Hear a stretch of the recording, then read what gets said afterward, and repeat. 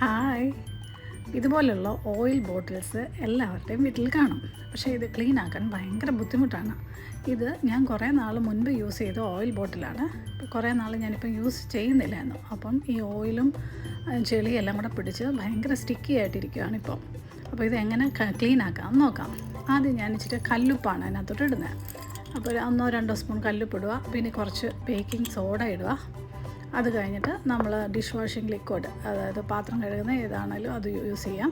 അത് പിന്നെ കുറച്ച് വിനാഗിരി ഒഴിക്കുകയാണ്. അതിലേക്ക് വിനാഗിരി ഒഴിക്കുമ്പോൾ തന്നെ അത് പതഞ്ഞ് പൊങ്ങും.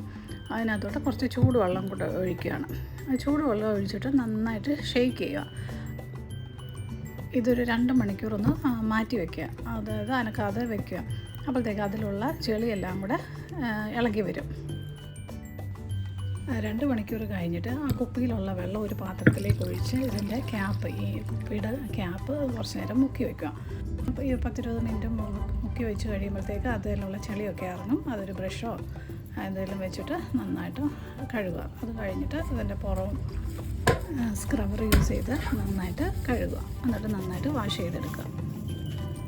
ഇതൊരു പ്രാവശ്യം ചെയ്തിട്ട് പോയില്ലെങ്കിൽ ഒരു പ്രാവശ്യം കൂടെ അല്ല 1-2 പ്രാവശ്യം കൂടെ ഇതുപോലെ ഈ സെയിം പ്രോസസ്സ് ചെയ്ത് കഴിഞ്ഞാൽ കുപ്പി നല്ല ക്ലീനായിട്ട് ബ്രഷൊന്നും ഇല്ലാതെ ക്ലീനാക്കാൻ പറ്റും. അപ്പോൾ ഇതുപോലെ ഓയിൽ ബോട്ടിൽസൊക്കെ ഒന്ന് ക്ലീനാക്കി നോക്കി നിങ്ങൾ അതിൻ്റെ അഭിപ്രായം കമൻറ്റ് ബോക്സിൽ പറയാം. Thank you for watching.